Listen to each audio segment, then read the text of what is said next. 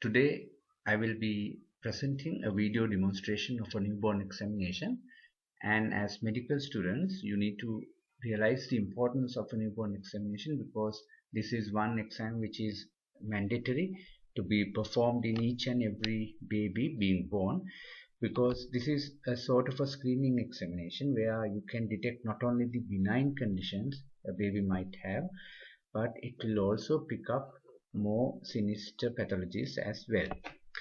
Before we go for a newborn examination, we need to greet and introduce ourselves to the parents. We need to explain what we are going to do on their baby and get their consent. It's always better to wear gloves, use hand sanitizers before touching the baby. And the baby need adequate exposure, but also remember that these newborns can become hypothermic very quickly, so it's always better to keep the baby on a preheated warmer as shown in this demonstration. But if you do not have the facility, always expose only the area of the body which you are examining while keeping the rest of the body closed. And a head to toe examination is the recommended practice. Auscultation can be done either at the beginning or midway or at the end of the examination, but always select a time where the baby is calm and quiet. So now we are going to go for the video. And all newborn examinations start with inspection. So during inspection you have to look at the child and see what the color of the child, whether the child is pink, cyanosed or jaundiced. Look at the movements of the child, whether they are symmetrical. Look at the posture, whether the child is flexed or extended in posture, and also check the tone of the baby. So in this child, you will see that the child is pink, term. The child has symmetrical limb movements, good flexed tone, and there are no dysmorphic features from head to toe. And now we are going to go to the head and neck examination. So because we are looking at the head and neck, we are covering the body. And during the head and neck examination, look at the sutures, palpate the sutures. There are 4 sutures in a baby's scalp. So feel through the sutures and see whether there is suture separation or suture overriding. Try to locate the 2 fontanellae, the anterior and the posterior fontanellae. See whether the child's head has undergone molding. Molding is a process which occurs mainly in babies who are born vaginally. And apart from this, sometimes some children might have a caput or a hematoma. So the easiest way to differentiate is normally hematomas does not cross the sutures, but caput can cross the sutures. So we are palpating the sutures, then locate the anterior fontanelle. Look for molding, and then at the end of the head examination, check the neck. The most important thing not to miss is a sternomastoid tumor. Some babies might rarely have a goiter. And now we are looking at the face. So the head, neck, face include examination of the eyes and ears, and finally the mouth. So when you are checking the eyes and ears, not only the shape of the eyes and ears is important, but also the position of the eyes and ears. So here I am checking for the position of the ears to see whether the ear is low set or not. So the way to do it is you have to have an imaginary line extending from the medial canthus to the lateral canthus. So the line between the medial canthus to the lateral canthus is extended, and in a normal ear, 1/3 of the ear or 1/3 of the ear should be above this line. So in this child, it is above this line. So this child does not have a low set ear. And at the same time, if the child is opening the eyes, you have to check whether the child has coloboma, conditions like coloboma or obvious cataracts or any other abnormality of the cornea or iris. Then you go to the mouth. Look at the mouth. and also feel the palate, because sometimes cleft palate are very visible, but some cleft palate like submucous cleft palates may not be seen but only felt. So digital examination of the palate is very important. After that, we look at the clavicles, because some children can have clavicular fractures, and then go for the upper limb. Upper limb, the more important things to look is the symmetry, the creases and digits. Always count the digits and see whether there are extra digits or missing digits. Then we are going for the chest and abdomen. Again, in the chest, look at the shape, whether there are any abnormalities like pectus excavatum or pectus carinatum. And if you have not done auscultation, you can now do auscultation. So the cardiac auscultation, mitral, tricuspid, pulmonary and aortic region. And in newborns, the subclavicular region. So sometimes a PDA murmur is best heard there.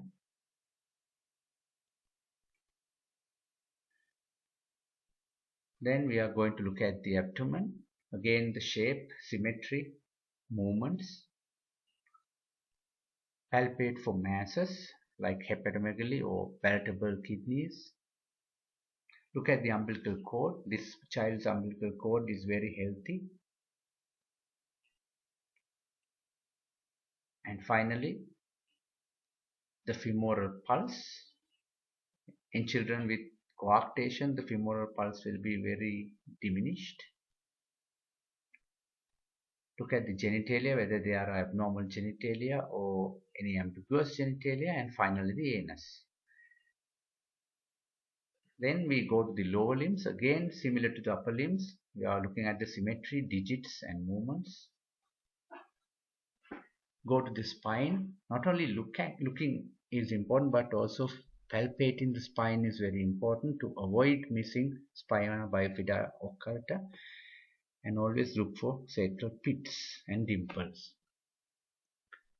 Here we are performing a Ottolani and Barlow test to detect dislocatable hips.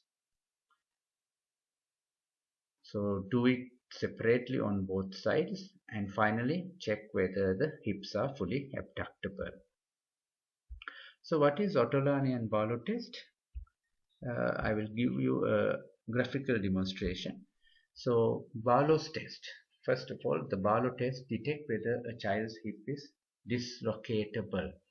So this happens in children with development dysplasia of hip. So we will imagine that this child have a right-sided normal hip and a left-sided hip with development dysplasia of the hip. So when you have development dysplasia, the hip joint is unstable. It's very shallow. So the hip joint or the femur head has the danger of being dislocated. So in Barlow's test, what we are doing is to see whether this hip is dislocatable. So we adduct and then push down on the femur head. And in a child with DDH, when you do that maneuver, the hip might dislocate out of the socket and you will feel or hear a hip clunk. When this happens, we say Barlow's test is positive. So what is Ottolani test? Ottolani test is a maneuver where you are trying to relocate the hip back into the socket. So how you can do is you abduct the lower limb or abduct the hip, and then at the same time with your fingers push the femur head back towards the socket.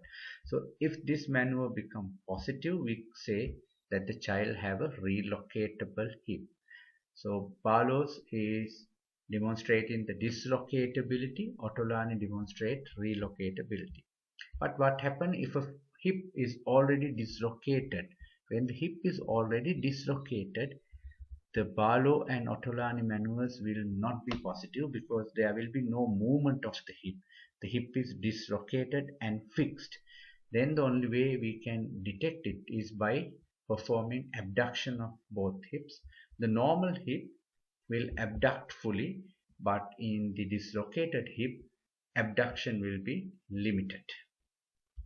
So we are going back to the video. In this child, The Ortolani-Barlow's test is negative and the hips are fully abductable, so the hips of this child is normal.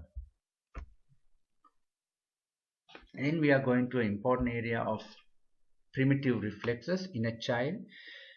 If a newborn is neurologically intact, the primitive reflexes should be demonstrable. So there are so many neonatal reflexes, but as medical students you need to be able to perform few of them, which I'm going to demonstrate now. The easiest one to demonstrate is the palmar reflex, palmar grasp, where you insert your fifth finger from the ulnar side of the palm. So not from the radial but ulnar side, and then the child will grasp your finger. So we will see that this child is demonstrating on both limbs. It's very important to do on both limbs, because if the child has paralysis of one side, the reflex will be negative on that side but positive on the normal side. But in this child, he is demonstrating grasp in all four limbs. And now we are checking the rooting reflex, where when you touch the corner of the mouth, he will turn towards that. And the pouting reflex, when you touch the lower lip, he opens the mouth.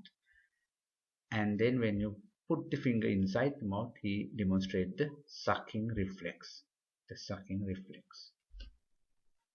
Now we are going to perform the Moro reflex, where you have to hold the baby up.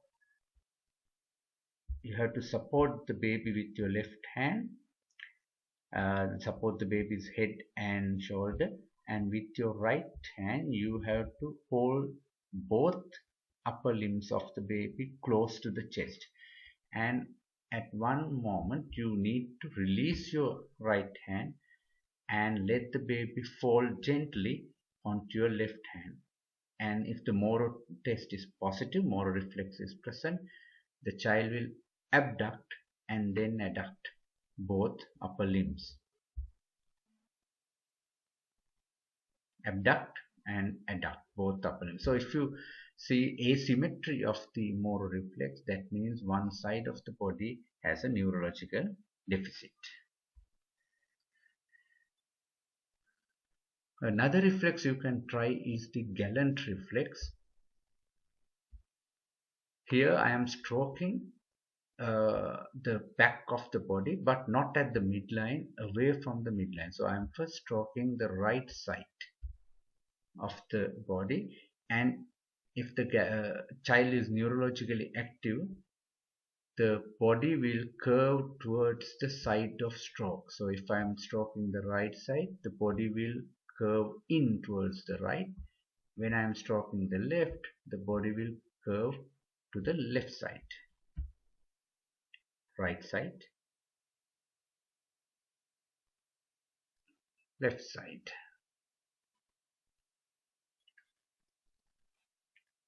Okay, then we have to perform ophthalmoscopic examination to check for a red reflex. So you hold the ophthalmoscope about 1 to 2 feet away from the child's eyes and look for a red reflex. This is a sign you are not expected to see. So you are trying to see a red reflex. If you see a red reflex, it's a good sign. That means the child has a patent pupil. But if you see this sign, we call this absent red reflex or white reflex, or in another word is leukocoria. That means the child has some pathology. Most common pathologies are the cataract or retinoblastoma. So if you see white reflex or absent red reflex, you have to immediately inform your seniors. And finally, we will perform occipitofrontal circumference. You have to have a flexible tape, and the tape should go just above the ear and about 1 to 2 centimeters above the eyebrows. You can see that the occipitofrontal circumference in this child is 33, which is normal for a term baby. So with that, we finish our exam. And if you have any questions, you can email it to me to pat.dissa@gmail.com. So the important things to remember is that you need to have clean hands, wear gloves, take consent and explain the procedure before the neonatal examination, and try to avoid hypothermia. You have to do a head to toe examination with head, neck, face at the beginning, and then the upper limbs, chest, abdomen, lower limbs, hips, back, finally the primitive reflexes, check for the red reflex, and then check occipito-frontal circumference. Inspection is important at the beginning of the examination, and auscultation can be done at any point where the baby is calm and quiet. Thank you.